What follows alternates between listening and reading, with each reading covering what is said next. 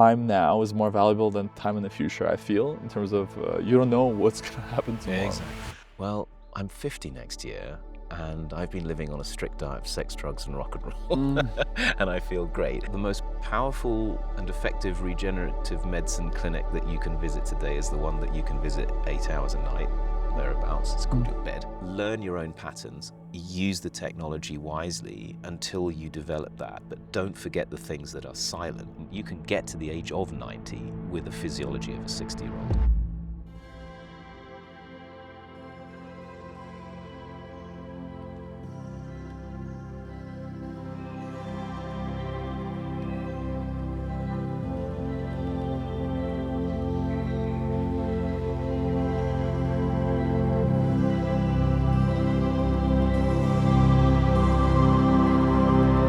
Jack, Alex. welcome to the Intelligent Change podcast. It's so good to have you here.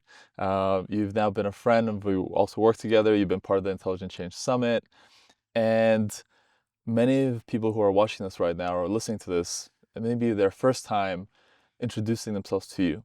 So please tell us a little more about yourself and what makes Dr. Jack Kreindler who he is. Trying to figure out what he wants to be when he grows up. Well, my background's medicine and physiology. So, yeah, the combination of studying the body when it goes wrong, but also how the body works well when it's going right, and what we can learn about when the body is going right. Can we integrate that with medicine? And so that's been my passion for the last 25 plus years of practicing, and yeah, that kind of makes me most of what I am as a medical professional. But apart from that, I'm in my natural habitat right now. I guess I'm an explorer, and I've been in love with the mountains since the earliest of ages. Remote places, extreme environments, often quite a lot colder and less beautiful than where we're sitting right now, from a comfort perspective. But that's the kind of place where I think we find ourselves, and we also learn about human beings in extremes. And bringing that into the world of medicine is really, I think, the bit that makes my contribution to the world of medicine a little bit different. Yeah, and talking about different, one of the analogies that you often use is sex, drugs, and rock and roll when it comes to longevity. Right. So can you please tell us how that can actually help you in life? Well, first of all, that phrase, sex, drugs, rock and roll, and other secrets to longevity is indirectly your doing, because when you very kindly invited me, when was it? 2 years ago, two and a Almost half, 3, I believe. or Yeah, 3 years ago, 23, early to 23. to the first Intelligent Change Summit, where it featured some of the great and the good of the world of so-called longevity medicine, and you invited me as well. I remember the last question that was asked on the main stage was something on the lines of, "Okay, guys, you've shared a lot of things, but what do you do for your health, well-being, and longevity?" And there was lots of talks of supplements and peptides and a lot of the sciencey kind of things. And remember very clearly sitting there going, "Well, I'm 50 next year, and I've been living on a strict diet of sex, drugs, and rock and roll, and I feel great." But reflecting on that at that moment, I realized that there were a few elements to long-term health, flourishing, eudaimonia, well-being, whatever you want to call it, longevity, which were missed in our science. We very often try to break the body down into cells and the little molecular mechanisms and the hormones that make things move. But I guess in all that time studying people and seeing how bodies do well and illness evolves, I realized that there were 3 things that we're just missing. And they are encapsulated in sex, drugs, and rock and roll, but not in the Mick Jagger sense of sex, drugs, and rock and roll Mm-hmm. necessarily, but human connection, not necessarily sexual intercourse, human connection, the thing that you are the world master champion at, which is hugging, for instance, things that induce oxytocin, things that induce the human bonding that happens when we're in meaningful and close interaction with people, that signals to the rest of the body that it is loved. Mm. And we've seen in countless anecdotes in your life, I'm pretty sure about too, that people who are not alone, who are not isolated, who are surrounded not just by practical help, like, oh, hey, I've broken my hip. Can you come and cook me chicken soup type help? But Mm. people who are in very strong, meaningful relationships, families, networks of close friends, that oxytocinergic pathway is vital for longevity. Drugs, okay, there are lots of drugs Mm-hmm. that can help with health and medicine. And recreationally, I'm not talking about cocaine, but things that induce dopamine, the drive, that feeling of reward. You talk a lot about it in your work, about meaningful work, about having goals, about having purpose and career that somehow matches the best you. Mm. And that dopaminergic pathway, the Japanese looked at it a long time ago and called it ikigai. Mm-hmm. It's that which you're good at. It's that which rewards you. It's that which other people reward you for. It's the not necessarily impossible things and not necessarily just long-term things, but even the daily things that have some stress, have a challenge, but you can overcome and you can achieve. That produces dopamine. And dopamine drives physiologic beings to carry on. In the context of longevity, we also know that you must have had, everyone must have had stories where someone has outlived a prognosis or something because they're working towards something. They want to see the person who's traveled from across the world to hold their hand in their last hours, or uh, they're waiting for the grandchild to be born, and it's almost like this drive to stay alive. And I think that's more than just simple keeping your blood pressure going. I think there's a whole area of medicine that we all see Mm-hmm. which connects that drive to be alive to your immune system and how the body holds itself together or unfolds. And rock and roll, I'm not necessarily sure it has to be that genre of music, but the serotonergic part of life, the things that bring us awe, wonder, peace, loss of self, dissolving into music, dissolving into nature, losing yourself, dance, things that just disconnect you from the normal motions and language of being yourself. And that also, I believe, enhances many biological and psychological processes that keep us staying around. That there are no infusions for sex, drugs, and rock and roll, Mm-hmm. for oxytocin, dopamine, and serotonin. You just have to live it and work on it. And apart from all of the sciencey things, I reckon sex, drugs, and rock and roll should be an integral part of any longevity pathway. So yeah, but thanks to you for helping me come up with that bright idea.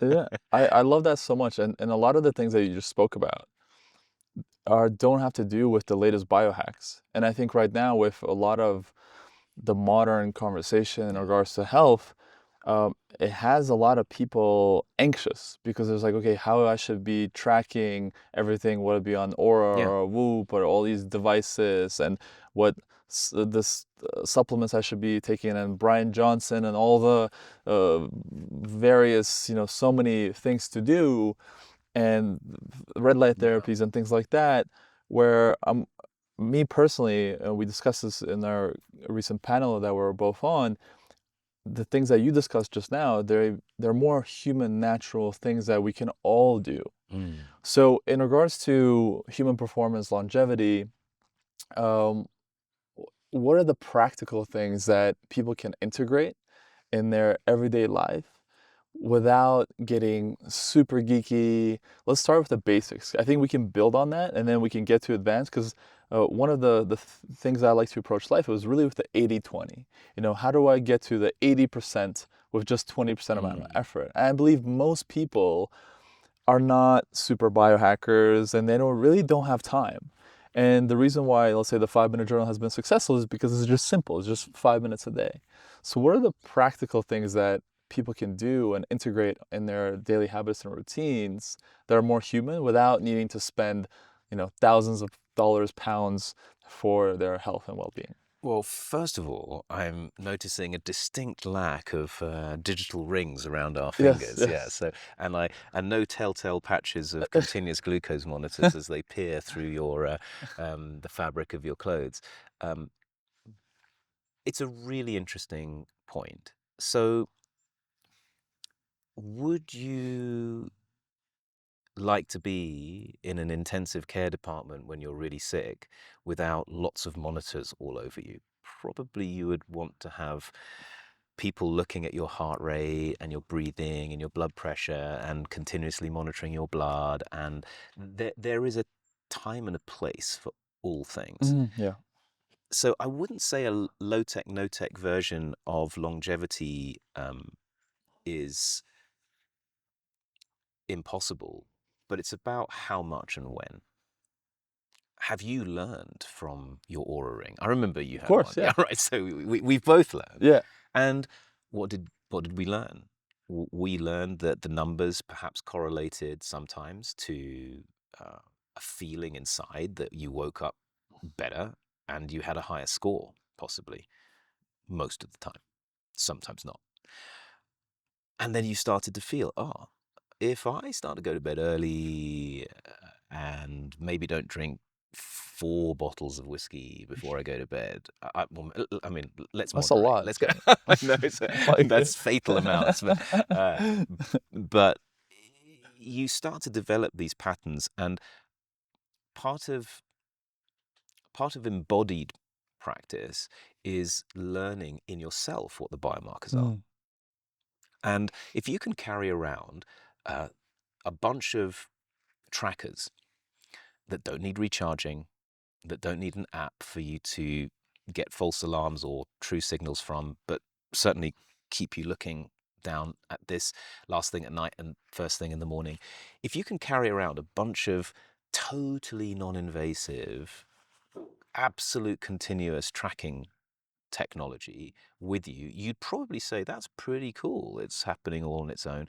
And that's what your mind and your body eventually is. mm, It's the learning the signals which perhaps when we were living in forests like this, we were much more in touch with. mm, Indigenous populations who are brought up in nature, who don't think of themselves as different to the forest. They actually think of themselves as part of the forest. Somehow have this unbelievable intuition about what a what a particular color of a particular tree will mean for their health if they eat the fruit, and they're continuously learning and adapting without any technology or what we call technology, but maybe that is technology. So the 80-20 rule is to use the technology to learn your own signals. That said, I come from a world where, in human performance, if you really want to tweak it, you need data. mm, You'd be pretty dumb to not look at your blood pressure Mm-hmm. or your blood results or certain things that it's very hard to intuit from your own self unless you're incredibly attuned and empathic. It's good to check some vital signals which could be your early demise if you don't fix them, and they're very, very silent. So short answer is learn your own patterns, use the technology wisely until you develop that, but don't forget the things that are silent, which modern medical science and technology can really help with. Yeah. And if you would, going back again to that question of 80/20, for those listening right now, what would be your top 3 to 5 things one can do to improve their health and well-being? Well, the most powerful and effective regenerative medicine clinic that you can visit today is the one that you can visit 8 hours a night or thereabouts. It's called your bed. Mm-hmm. So I think really getting your sleep right, but prioritizing it religiously. Mm. It's okay when you're 20, you have a huge physiologic reserve. But when you're 50 plus like me, that there are no excuses anymore. That is your most precious time Mm. for cellular regeneration, getting rid of gunk in your brain. Sleep, absolutely essential. This is going to sound like the same stuff that everyone has heard before, Mm. but it will be 1 or 2 decades before we really know what the medical technologies beyond sleep, movement, fitness, that domain, the right kind of nutrition, and also, people call it stress management, but really gaining command over that hypothalamic pituitary, that stress drive axis, that thing that changes your body through the way that you feel and think. Those are still by far the 4 biggest things. Plus, I would add, do not be dumb about your medical and dental health. It sounds pretty boring, Mm. but um, doing the right things annually, at least, will form the basis of everyone's something that anyone can do, not expensively, and it's definitely in the 80/20 space. The 20% extra, I would argue, is probably even more like 10% extra. I actually feel that it's icing on the cake so far from what we've learned from medical science and technology. It's icing on the cake. It's not even that you gain 80% from 20% of the work. It's like 90/10 in our Mm. world. Yeah. You need to do not a lot to have a 90% probability of reaching a decent good old age where you're still moving around. And I use the word 90 very specifically because I think today, with the right medicine, with a dabbling of the right technology and data, and with all of that 80/20 stuff you've talked about before, you can get to the age of 90 with the physiology of a 60-year-old. Mm. That is not beyond hope, and that is not beyond the signals and the data that we're now beginning to see. So yeah. And how do you do that? So how do I get to 90 with that 60-year-old, again, more vital part of myself? Sleep, all domains of the physiology of fitness. So your body was designed to move, and the more you move it, it then signals to the rest of your body that it should carry on moving. It's a little bit like, I'm useful. Let this being carry on being useful to the tribe. Mm. The moment you lose physiological strength and fitness, it kind of all unwinds. Mm. And again, when you're 20, it's fine. You can cope, you can unwind, you can rewind it really quickly. 50 different story. Mm. Especially when your hormones change, it becomes more obvious for female physiology, around the age of 30, 40, 50. For men, it is beginning. It just becomes more obvious at 50, 60, 70. But you have to keep moving. You have to entertain all 5 areas of your fitness, which are your maximal strength. That means lifting weights. That means the more higher intensity area, the endurance, then your aerobic, the very seemingly boring zone 2 is phenomenally important. We were we evolved on the plains of Africa and developed the ability to walk very long distances without overheating. Hence, we don't have a lot of fur on our skins. Mm. And we are just still using those genetic changes to continue thriving. And if we don't use those 3, strength, endurance, and then aerobic fitness, we lose so much. Then the other 2 key areas are balance, the kind of connection between the brain, the spine, and the muscles. And that is where things that involve coordination are really important. And then finally, you've got mobility. And that is not just about being able to, hold your hand behind your back and touch your fingers, but all aspects of stretching and moving the viscera, the range of movement that you've got.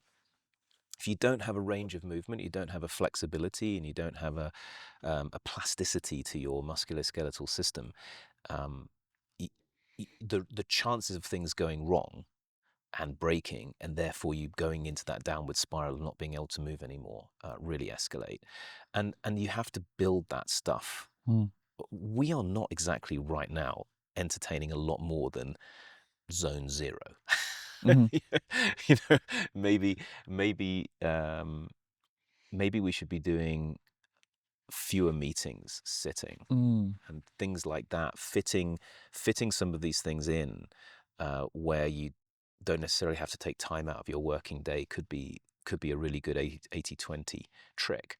But that's on exercise. And by the way, very recently, a whole comparison came out from the Buck Institute, which is this probably one of the first aging research institutes in the world. It's based out of California, and they recently published an analysis of these things called biological aging clocks, the things that you can measure doing very fancy technology to see how biologically old you are as opposed to chronologically. So I very much doubt that this is true, by the way, but you're a few years younger than me. I'm a few years Mm. older than you.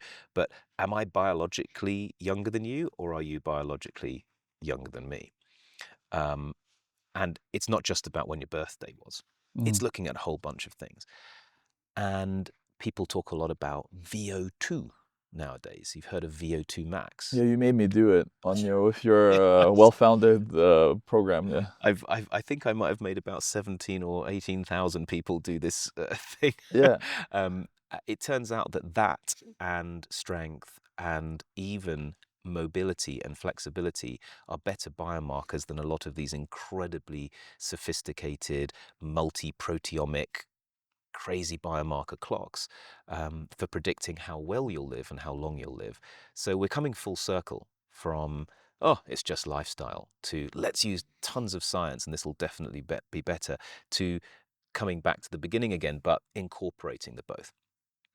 Nutritionally, um, I think we just need to eat real. There are few processed things that grow on trees, and we poison ourselves with enormities of food and calories, often in the form of processed, very easy to feel good from, sugars and Mm. industrialized foods. Mm. And just getting real and diversifying what we eat and eating less of it but in greater diversity, is probably the easiest 80-20 hack. Mhm. It's eating real and eating to your appetite. But that said,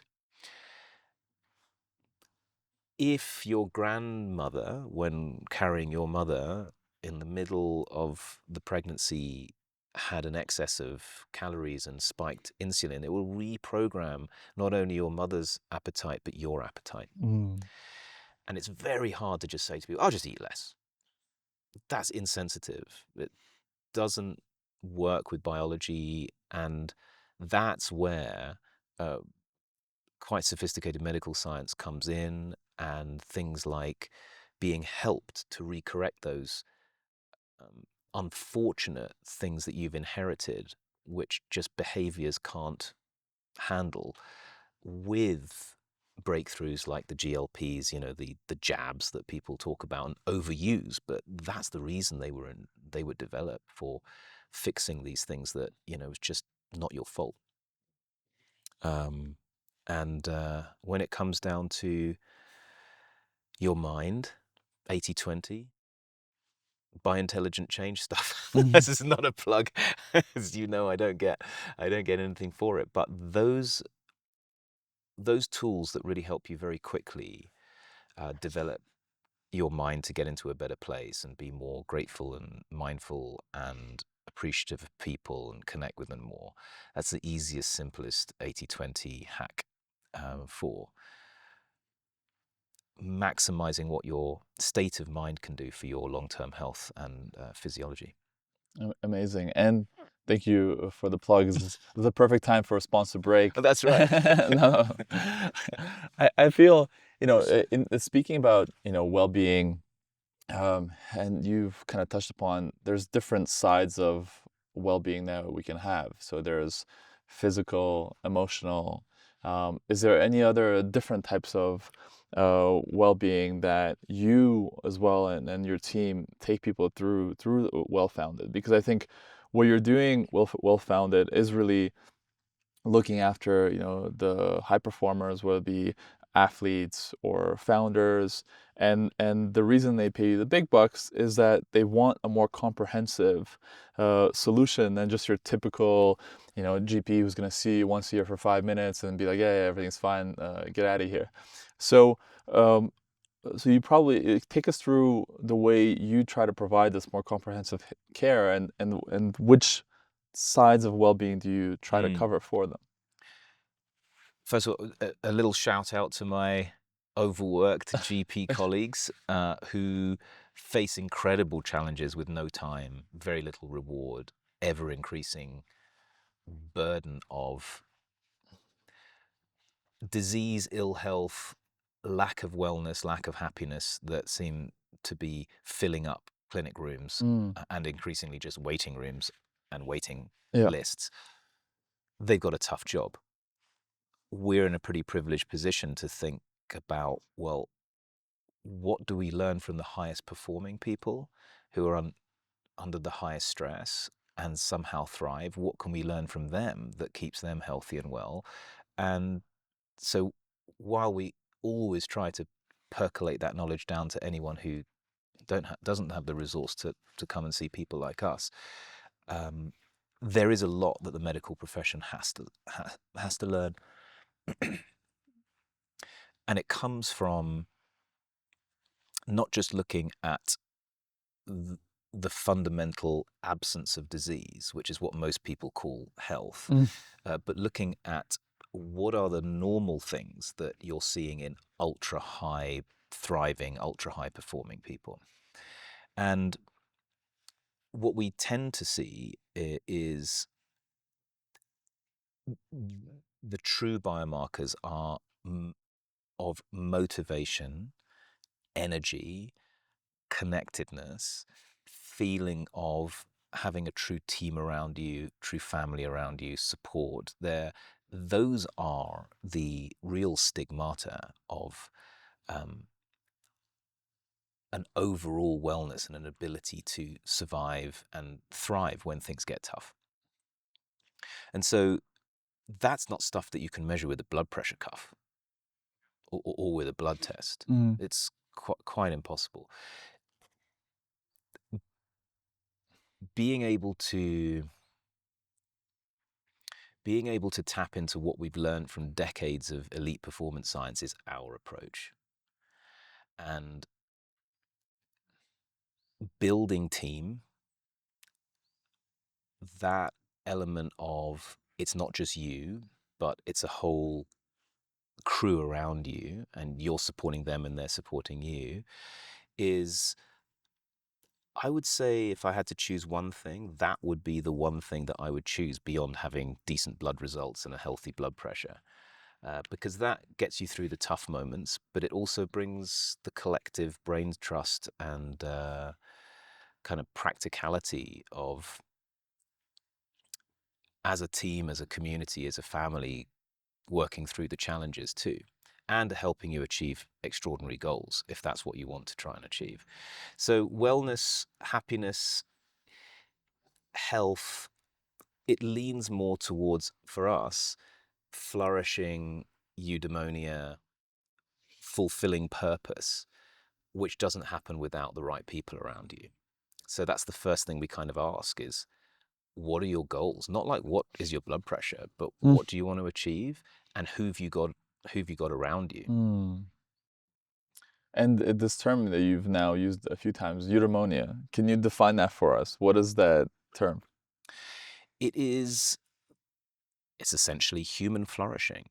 It is becoming the best possible you, really.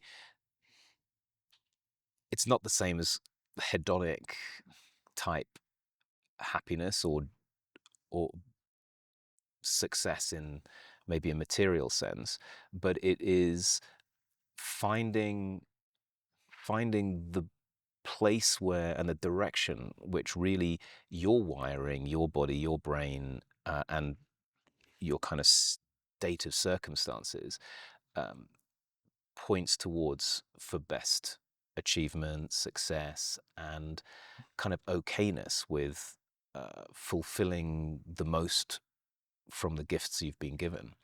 Um, for a person born to be an athlete, they will find eudaimonia probably in a different form Mm-hmm. to a mathematician or to Mm-hmm. someone who is born to educate the world through podcasts and life-affirming journals. Mm-hmm. But fighting toward very singular goals, like I want to live to 120, it usually doesn't bring eudaimonia, it just brings stress. Fighting for very numeric goals like I want to have $1 billion clear in my bank account by the age of 40 usually doesn't connect with eudaimonia. Mm. It comes from a very internalized feeling that you're being the best possible you with the right people around you. Yeah. That is our definition of eudaimonia. That's what me and my team look at. It might not be the perfect technical definition of it, but it's how we apply that to our practice. Yeah. I love that how you're connecting that as well to well-being and health. And as you know, that's one of the reasons why I wanted you to be part of the Intelligent Change Summit and bring your perspective and also our conversation here.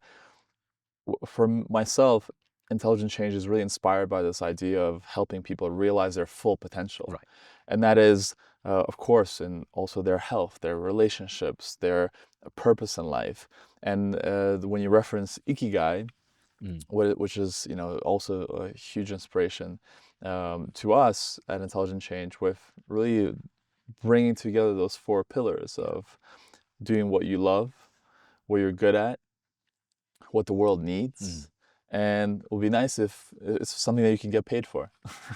Yeah, valued at very least, and paid for helps in today's world. Agreed. Yeah. So usually, and as well connecting to that things that you said, because I'm just kind of connect some of the dots that we've already covered, is how important meaning is in your life.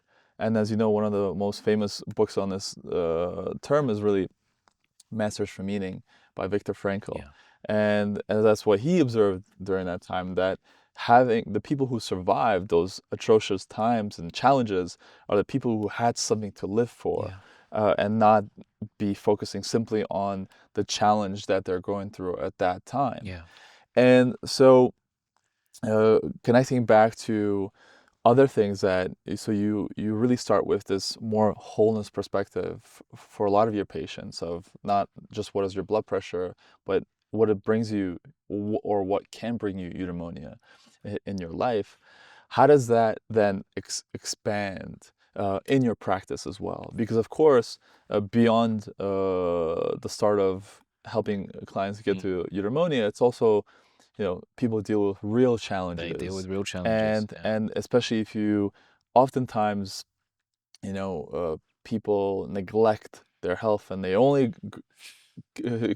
go to see the doctor is when It's a something bit is too late. is a bit too Yeah. late, something is wrong. Yeah. So how do you bridge that gap Yeah. of then connecting to it and also getting people on track Yeah. when they're like, oh, like, yeah, you should have saw me maybe a few Mm. years ago versus now. Well, fortunately, we're not a bunch of clones like stormtroopers in Star Wars that are all very predictable and not very good at firing guns either.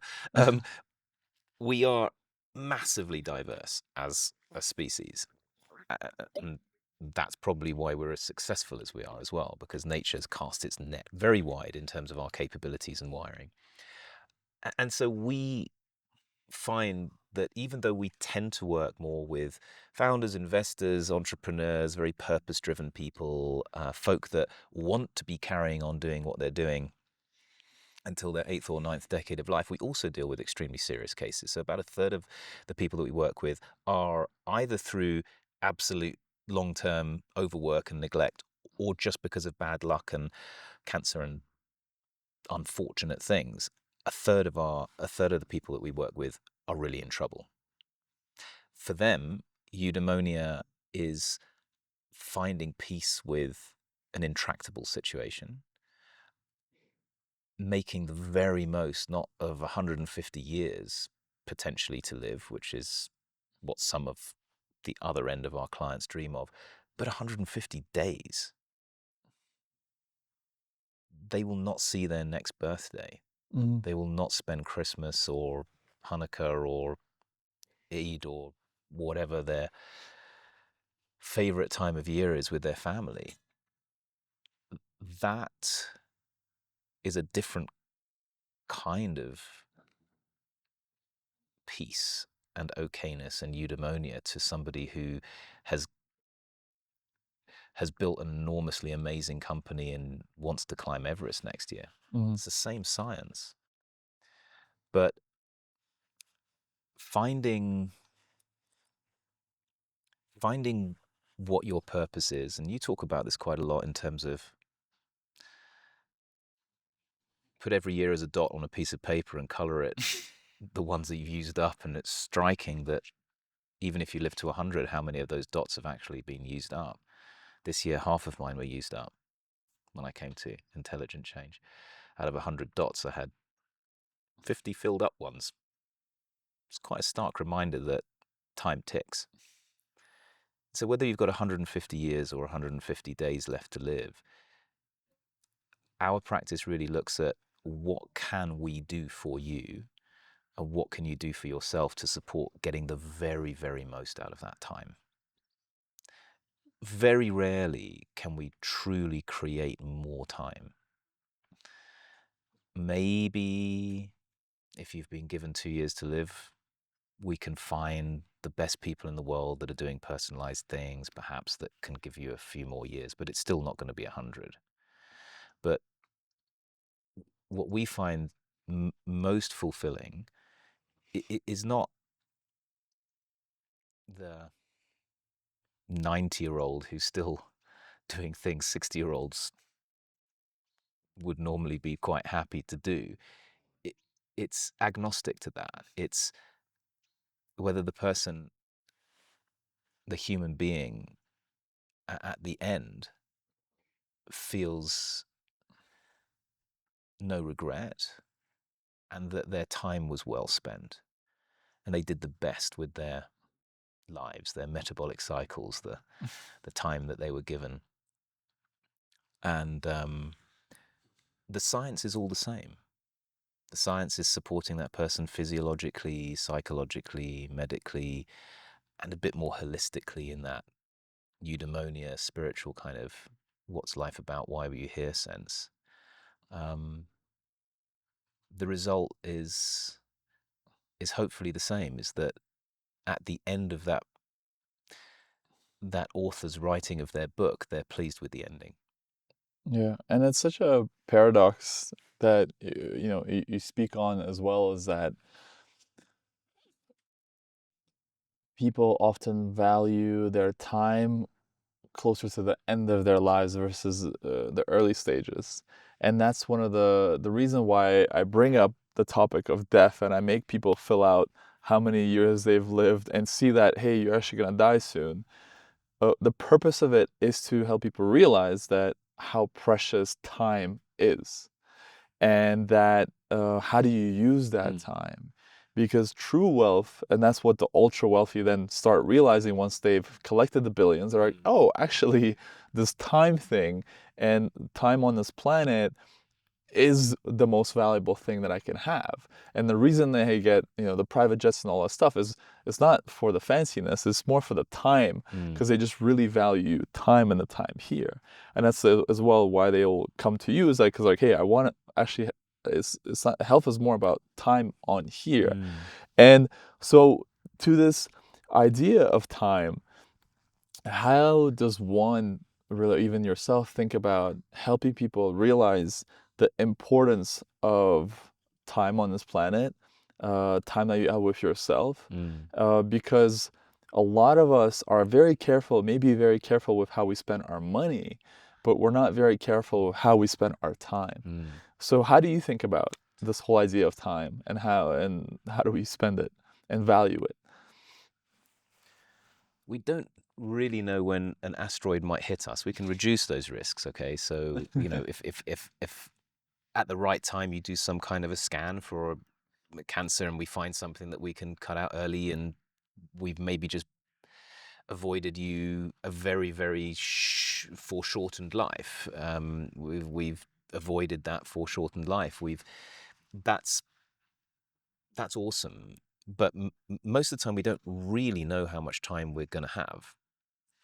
We can use tools to help us predict it. Yes, we've got those fancy biological clocks. We've got the simple things, like we can get grip strength. We've got your genes and how your parents and grandparents and great uncles and great aunts and so on, how long did they live and what did they pass from? We've got indicators, but we just don't know. We just don't know. And more often than not, we're surprised by the things that suddenly make us stare.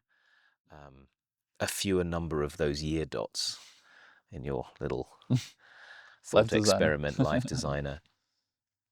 And suddenly it goes from 100 dots to 70 or 60 or 50. And it is incredibly hard for a focused, motivated, driven person who is so dead set on solving that world problem, achieving that thing, building that business, to think about those important topics. It's just hard because right now, are we thinking consciously about whether we've got 10 dots left or 50 dots left? We don't want to think about that. And so we don't pay enough attention to it. We don't feel that the right thing to do is to say to somebody, hey, by the way, we're going to remind you on a constant basis, you have very few dots left potentially. Mhm. We instead, we help people look at their goals, and then we show them what are the things that might throw a spanner in the works for those goals. And most of the people that come to us are not critically sick, so they're not obviously facing that really difficult, I've got a few dots left, I've got limited time left challenge. They're faced with the other challenge of, I've put other priorities which don't necessarily earn me those dots or make me feel great, but they've got a goal of, yeah, I would really love to be skiing at the age of 90 with my grandkids. So when you peel away, oh, you're the CEO of that FTSE listed company, and oh, you were the founder of that very large Silicon Valley startup. and you peel that all away, you end up with, where do you want to be when you're 90? Mhm. We don't go, where do you want to be when you're 150? Mm. Okay. We don't even say, where do you want to be when you're 120? Because there's a 1 in 10 billion chance for a Northern European, Northern American man to get to 120. 1 in 10 billion chance. That's the Wow. that's the actuarial odds. And but 90 is reasonable. So where do you want to be when you're 90? Let's test this. Uh, for me, when I'm 90, I would love to be here Yeah. in the Dolomites Yeah. and to be able to be active, take the hike that we took yesterday, Mm. be able to go on a bike ride down these beautiful windy roads, to be able to have conversations with great people like yourself or with my family or a Mm. loved one, have my grandkids with me, hug them, feel them. The basic human stuff is the ability to see, feel, smell, taste. I think those are like the wonders of being human. I just want to be able to have those. And that's what I even all of us realize the moment that we get sick. Or like, oh my God, like just going to the bathroom is incredible, you know? Or Simple biological things. simple Yeah, yeah, yeah. biological things, you know? And we often take those things for Yeah. granted. And this is why, obviously, you know, I'm a big proponent of gratitude and appreciation in life because what you appreciate appreciates. With that feeling of like, wow, it's so Yeah. special just to have these basic things that many of us take for granted. So for me at 90, I just want to make sure that I can do the basic human things that we're blessed to do with our body, to be able to, as you said, move it, feel it, and experience this beauty. Sometimes, yeah, just to be able to sit and be a wonder. Because even for myself, I find that especially when we're younger, we're so impatient and anxious about everything. We're racing somewhere, and then as we get older, and especially as I look to people who are 90 and they're just sitting there without their phones Mm. and able to really enjoy the magnificence of this reality and actually be present with it without like myself included trying to take a picture, trying to do a story, look at me here, and just be present and in awe. So for me at 90, those are the things that I like to be So imagine me and you, and we're in a console, either over teleconference or face to face, and I'm beavering away, writing, at. typing. That is the first question that we ask. Yeah, Apart from, have you got any allergies? yeah, yeah, yeah, Okay. yeah, How many people in the medical profession are really first asking that? mm, yeah, Your feet, your toes, the movement of your ankles, the strength of your calves, of the posterior trunk, and all of the core muscles and cycling muscles. You mentioned walking and cycling, balancing, coordination, the ability to be doing that right now at 2,000 meters altitude, the fact that you'll need decent lungs and good oxygen carrying capacity and a heart that beats properly and a vasculature that feeds all of those things and a brain to appreciate it, with senses. You talked about sight, you talked about feeling. That requires your eyes, your retina, the nerves that go from the back of your eye into your optic processing units in your brain hmm to form part of that generative model of experience that you have of this world, and then to articulate that and share that, and also the economic aspect of being able to do those things. You've just asked me, as health and performance orientated physician or medical team, if you want. I'm now thinking, okay, working backwards from there, where do you have to be now with all the inevitabilities of decline or stochastic risks from asteroids hitting you? Where do you have to be now? Where do we have to get you in order for that 90-year-old you to be you? And that is how you begin. We then do the simple things, but therein you start to go, oh, well, your VO2 is fine. It means that you're relatively okay. But actually, to be 60 at 90, to have a physiology of a 60-year-old at 90 years old, your physiology needs to be that of a person that's 150% of normal right now, not 100% okay, Yeah. average. Yeah. You have to be 150%. That's performance science. And so subtly, over time, over years, and by the way, it's easier with people that are facing much more difficult challenges, because for them, it's like, where do you want to be next Christmas? But to introduce somebody who's in the peak of their life, to get them to understand what real healthy longevity, health span looks like, you have to start with those questions, work out what the risks are, and over time, we do the hard work of, I mean, unless you really want to be geeking out on everything yourself and diving deep into all of the science all the time like us, we need to start the hard work of slowly getting your physiology and all the things that we can possibly do something about to that 150%. So for us, living to 150, we have this like playful little thing. What is living to 150 for us? For our group, living to 150 is to get you guys and ourselves, because we're living the same journey. It's like we're on the same expedition, you and me, Yes. Alex. I'm just the expedition doctor. Yeah.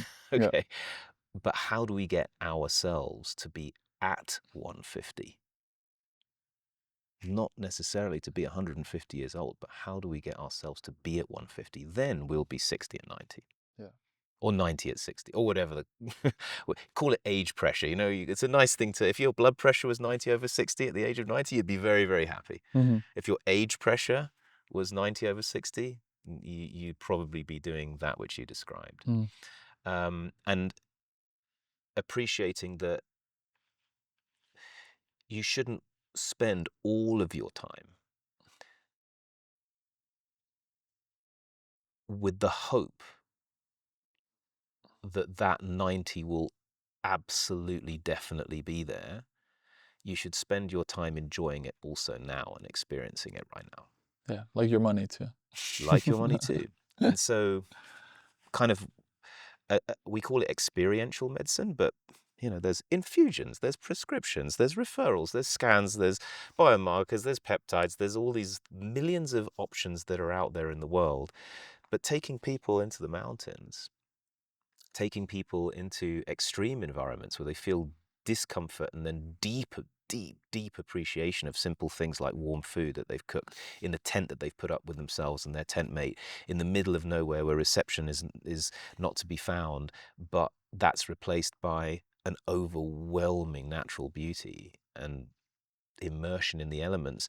That experiential medicine, doing something like that, you know, you should come next year. 60 kilometers, 3 days, 2 nights in the icy wilderness of Norway. That can sometimes trigger some of these necessary mindset changes that get people on that path to non-obsessively be 150% them and flourish more paradoxically in their work, their lives, their relationships.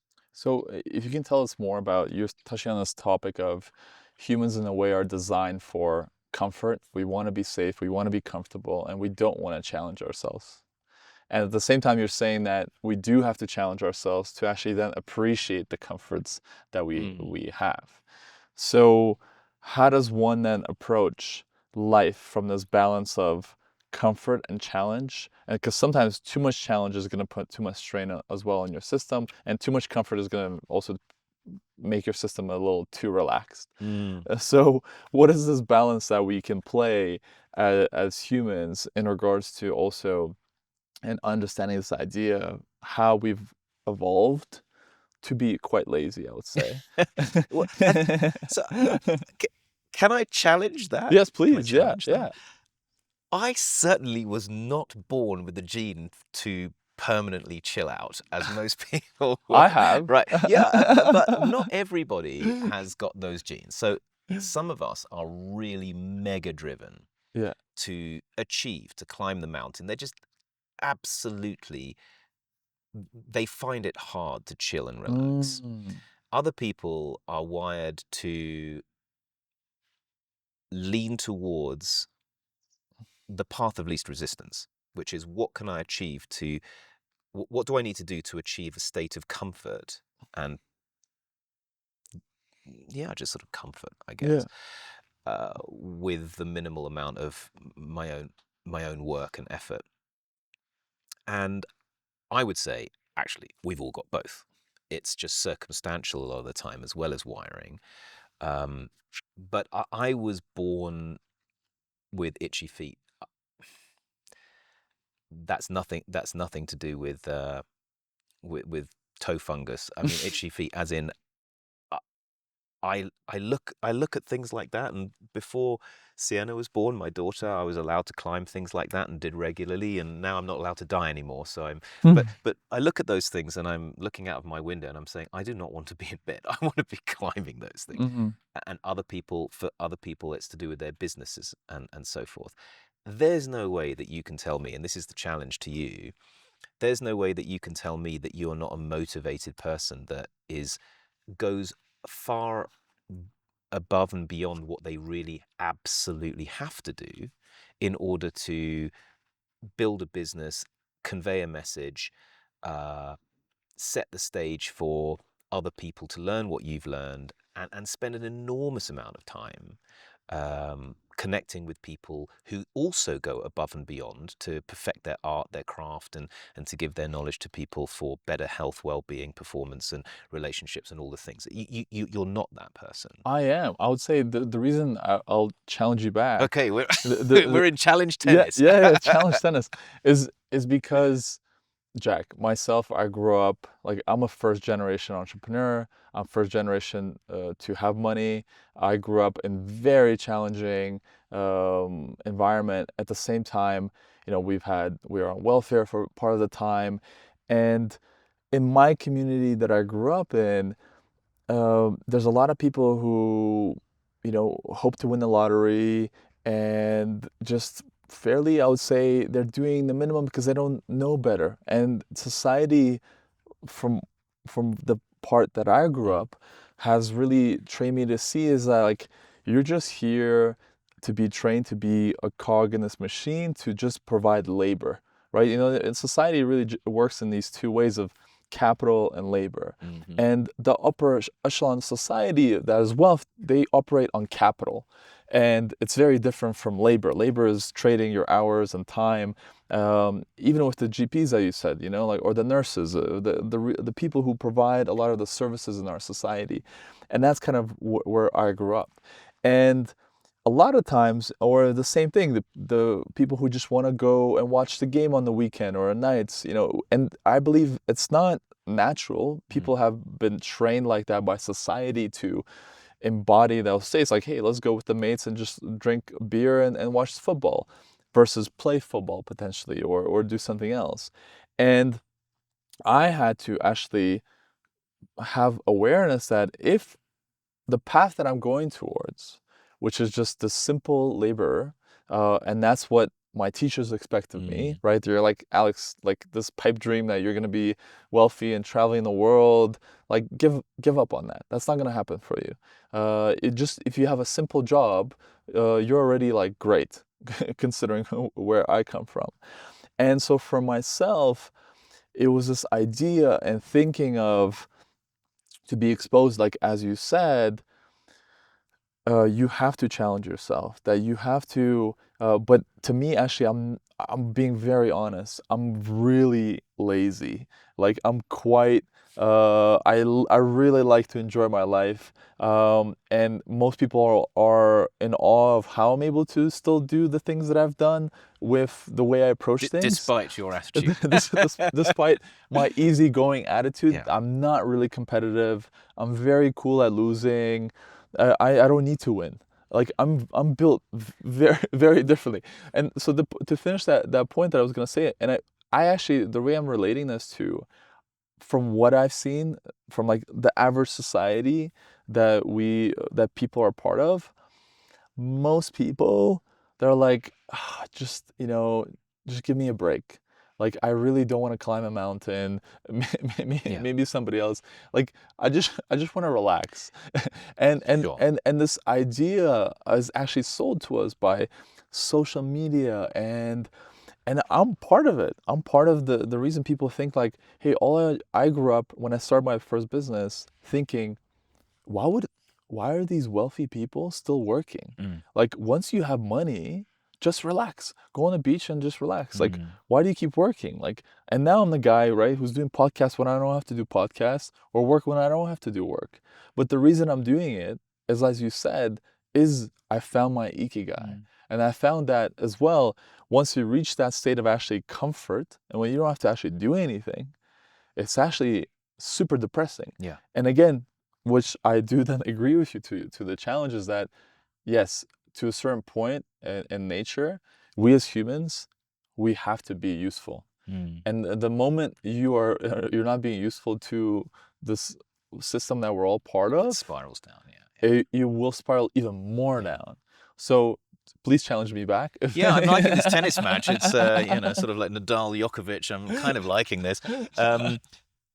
But I just want to. This is my truth, which is, it's Look, I quite. think it's an interesting and important debate to have, because without intrinsic motivation, you are only left with others to tell you what to do. And finding your Simon Sinek, the Yeah. TED talker, I think it's right. The name of his talk is called Start with why. "Start with Why" or "Find Your Why" or Start with why. "Start with Why." You mentioned earlier, um, man's search for meaning, which is even in the darkness, can you find peace and okayness with even the most difficult of circumstances? And you talk about ikigai. All of those three things point towards intrinsic motivation to use your time to its best. Mm-hmm. And there are two natural states. This is getting into fundamentally physics as a metaphor. One of those states is the natural second law of thermodynamics, which is use the least possible intervention, energy, force to go from low entropy to high entropy, Mm-hmm. from your beginning, where you start, to dissipating into the greatest possible space with the least possible usable energy. On occasion, that's you and me, which is, why don't we just let it just, like, why don't we just let life take its natural thermodynamic course? Mm. But everything, including us and the chair that we're on and the building that's there and this entire earth, seems to be counter to that. It seems to be non-equilibrium thermodynamics, is how physicists talk about it. It seems to be not a normal smooth river that's going from uphill to downhill, from this to that. It is full of tortuous little turns and whirlpools and currents that are just molecules, which should, by all accounts, just dissipate into Mm. a lower energy state, into higher entropy. But we as nature refuse to do that. Mm. We do also have the other side of the physics of biology, nature, even society. It's such a beautiful metaphor that we construct extremely weird things that ought not to be here by all accounts. Nature is doing that automatically through just creating planets and ecosystems that use that energy. But in fact, we're doing it as well with our actions, our lives, and our choices. We could easily just go from here to here, but we refuse to do that. We say, no, I want to build upwards. We want to walk uphill instead of letting gravity just take us downhill. And I think it doesn't happen alone. A lot of it is cultural, but there is obviously those people who have a natural wiring towards just letting be, and those who have itchy feet that cannot possibly allow that to happen. And there are extremes of both. You're clearly kind of in the middle there. I refuse to believe that you're just completely naturally, right? Because we're sitting here doing something that is not.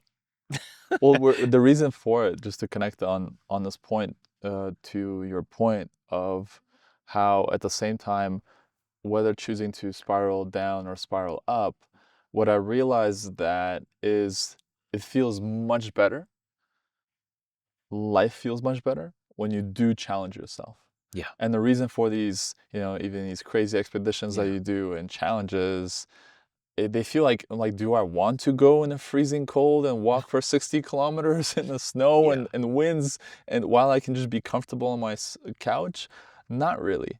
However, will this shape me to be a more yeah, resilient individual and human that will actually help me appreciate yeah.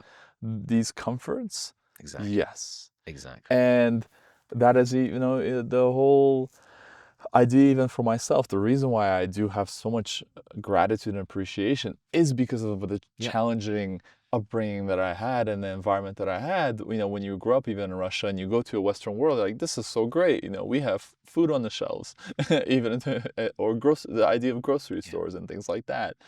So and that's why kind of this whole conversation started with this idea of um, there's something in nature, as you said, that creates beautiful things in challenging environments, and that includes, the best wine is it's hard work. is Yeah, also the vines are in environments that are harsh and difficult for them. it's That's hard where you get work. the best fruit, Yeah, and I believe we become the best humans when we're also become resilient and challenged.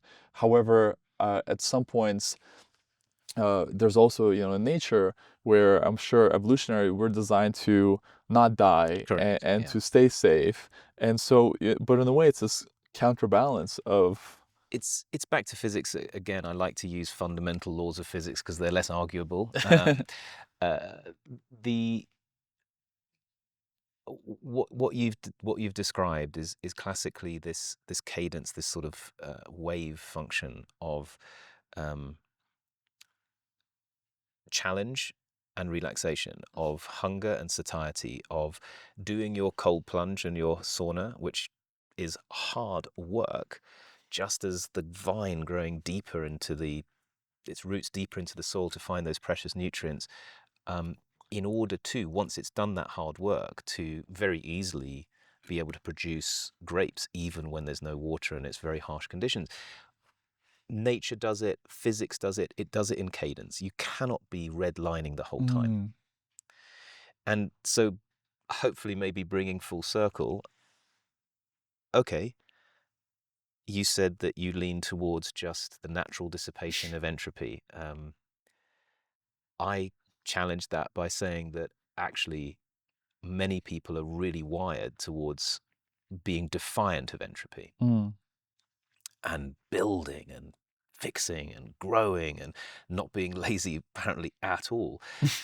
But it's a wave, and light travels through vacuum in waves. mm, Uh, if you if like most of us do, you look at the fundamental particles of physics and how they are formed. They are probability waves in quantum fields. They are waves. They go from maximum to minimum and create a probability in the end of something appearing at a certain point in time and place. But at the end, it's zero. The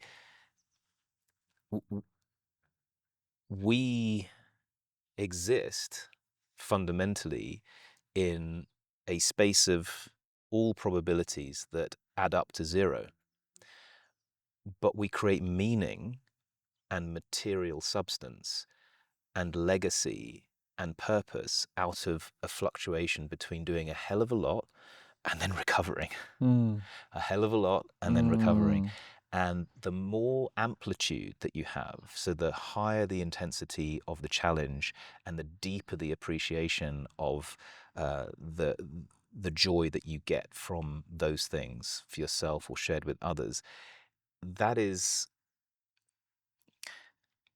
that amplitude is, I suppose you could say, the depth that you can achieve out of the seeming nothingness of physical potential. You've kind of described yourself as being inherently lazy, but also appreciating the challenge. And that's what we all try to do in our work and live that ourselves, is to realize that putting yourself into challenging situations, even into extremes, like the South Pole was at times minus 50 degrees centigrade. That's cold.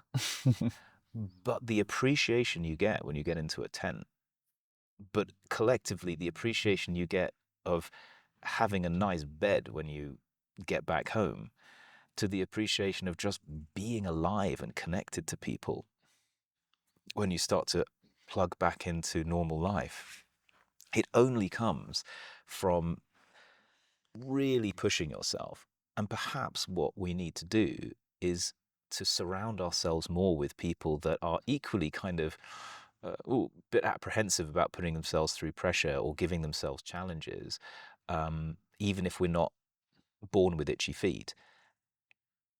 And as soon as you've done that a few times, it just starts to become part of what you want to do, even though you don't want to do it.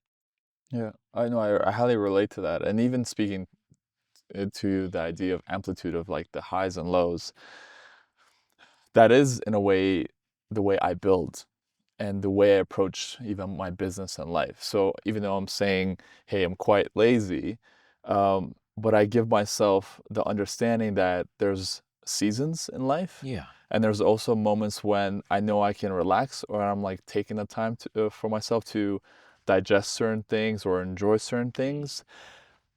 And then having that feeling like this is the time to sprint, or there's a certain opportunity. This is That's it. the time for me to build. Even as you know, the Intelligent Change Summit that you're part of, especially we were speaking about yesterday, the first one, that came together in 4 months. And that was a sprint, to compile incredible people in Ibiza from all over the world, in an invite-only event, and convince them to also come as speakers like yourself, and to others to pay. It's you. Yes, I'm not lazy there. You're not. I mean, I've got to say, Alex, you are not convincing me that you're this kind of like archetypal lazy dude. I mean, everything you've said so far is, really leaning towards quite the opposite. But maybe No, not the but opposite. Maybe you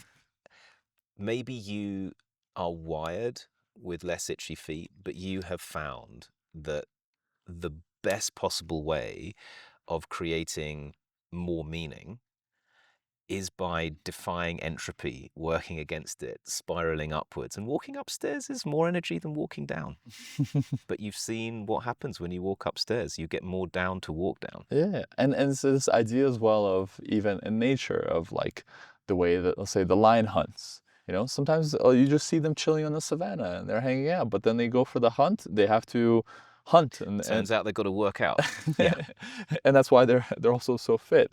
So it's this idea that kind of we've covered about, what I have seen, that I've been able to inspire a lot of the high performers, that I also have the pleasure of, having as friends and interacting with. you know, People come up to me now saying, Alex, like, thank you so much that, I've taken this time for a holiday with my family. And then these are people who will just like work nonstop and just grind all the time. And I help them realize that your life is not infinite. It's gonna end. And yes, it's amazing that you're such a hard worker. However, time now is more valuable than time in the future, I feel, in terms of you don't know what's gonna happen Yeah, tomorrow. exactly. And being able to inspire people to also see the joy in life and be able to relax, because what I believe is in these moments of relaxation, be able to absorb, that also allows you to have further longevity, even as founders, as leaders, as that's because I know it's what your purpose with Well Founded as well is to help people increase that longevity of their well-being to keep performing and to not to peak out, but how do you keep that doing long Mm. term? So as we wrap up, what are your kind of final words when it comes to helping people realize this balance between being ultra high performance, challenging themselves, and also relaxation? What does science tell us? What does your practice tell us about the way to approach life and health and well-being? Hard questions are often already answered by biology, and if not biology, then by chemistry and physics. And we've talked about this before about cadence. The length of your life is not so much the x-axis of time, but it is the amplitude of the wave. If you fill in the area under the curve, the bigger the wave, the higher the amplitude of the wave. You actually draw the line. The line's a very long line. Imagine a big squiggly line that you draw out. Suddenly, it's longer than the actual chronological time that you've been on this planet. If you are flatlining the whole time, the length of your life is as long as the number of years you've lived. If you draw a line where you push yourself to peaks, and then you deepen the points of reflection, relaxation, consolidation, thinking about sharing, teaching, legacy, that line becomes a long line, Mm. especially if you fill it with firsts. Mm.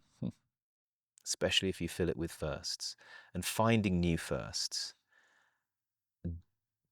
heightening the challenges that you choose to put yourself in or just find yourself in, and then deepening those times where you bring it together and integrate it and make it have lasting purpose and appreciation. That literally, and there is actually quite a considerable amount of work on this, that literally crystallizes more landmarks of moments in your mind, in your brain, and actually makes life feel longer. It's not just about achievement, it's about the perception of how long and richly your life was lived. Can you, before we finish, deepen this idea of what are firsts that you speak of? What's the importance? What are firsts and what's the importance of them? Because it's something that we chatted about yesterday. It's a profound subject that um, is, even after our conversation is going to make me, I'm like, be more aware of creating more firsts in my life. Our minds are powered by our brains are powered by cells that are connected into neural networks. And what we've learned, especially through modern technological advances and neuroscience, in the AI space, is that neural networks always lean towards the Alex icon version of life, which is the minimal amount of energy, the minimal amount of surprise. So preparing oneself to have the least possible challenge to anything that you're thinking about. That's how neural networks predict things better and better every single time they think of something. But challenging that creates surprise. It creates an expectation mismatch. You're expecting something, but it's not the same as you expected, and it suddenly becomes surprising or funny or challenging. And then you need extra energy to readjust your priors to be able to say, now I know what this is about. But the second and the third and the fourth time you've done it, it's less and less and less energy to think about. There's no more challenge, there's no more surprise. And life tends to speed up very, very quickly when there's no surprises. And that's what happens in around our age, is that we lose those temporal landmarks. We chatted about this. When you're 9 and you become 10% more of your life happens. When you're 99 and you become 100, it's only 1%. But it's not really to do with that function. It's to do with the fact that in that 1% of your time versus that 10% of your time, it's incredibly unlikely that you will see firsts, that you will experience surprise, challenge, things which haven't happened before. It is all the time. From the moment you wake up, pretty well everything's a first when you're 9 years old. Okay, you maybe haven't skied before. You maybe haven't ever played that particular card game. You've never, when in your 50s though, in your 40s, you've probably had your first car crash, had your first child, got your degree, sold your first business, and the firsts disappear. And the quicker they disappear, the more time speeds up. There are even experiments that people do to test the perception of time. And those people with more firsts, with more temporal landmarks, with more time crystals that lock that kind of inevitable slide of entropy in your brain, which we kind of perceive as time, the more of those things that you have, the longer time actually is for people. So longevity turns out to not just be about the length of the x-axis, it's about the amplitude of that wave, and it's about the number of firsts that you have. I love that. And we can keep talking forever with you. However, we do have to wrap and go do some first mountain biking for First you. time ever. I'm saying not first time, but in this region. It's true. But in this region, it'll be a first. And with the scenery and these twists and turns, I have done this trail before, so it won't be a first for me, but it will be for you. So It'll be a first for us. For us, exactly. And to wrap up, Intelligent Change podcast, I'd like to ask you today, what are you grateful for? Very simply, this. You've given an amazing opportunity for me to reflect on a lot of different topics and areas of interest for me, to share them, challenging me a little bit, to put them in words I haven't before, in a place that is of just staggering natural beauty. And this to me enables me to remind myself that I need to practice what I preach, literally. Yes. Thank you. Let's go create some firsts. Let's do it. Thank you, Jack.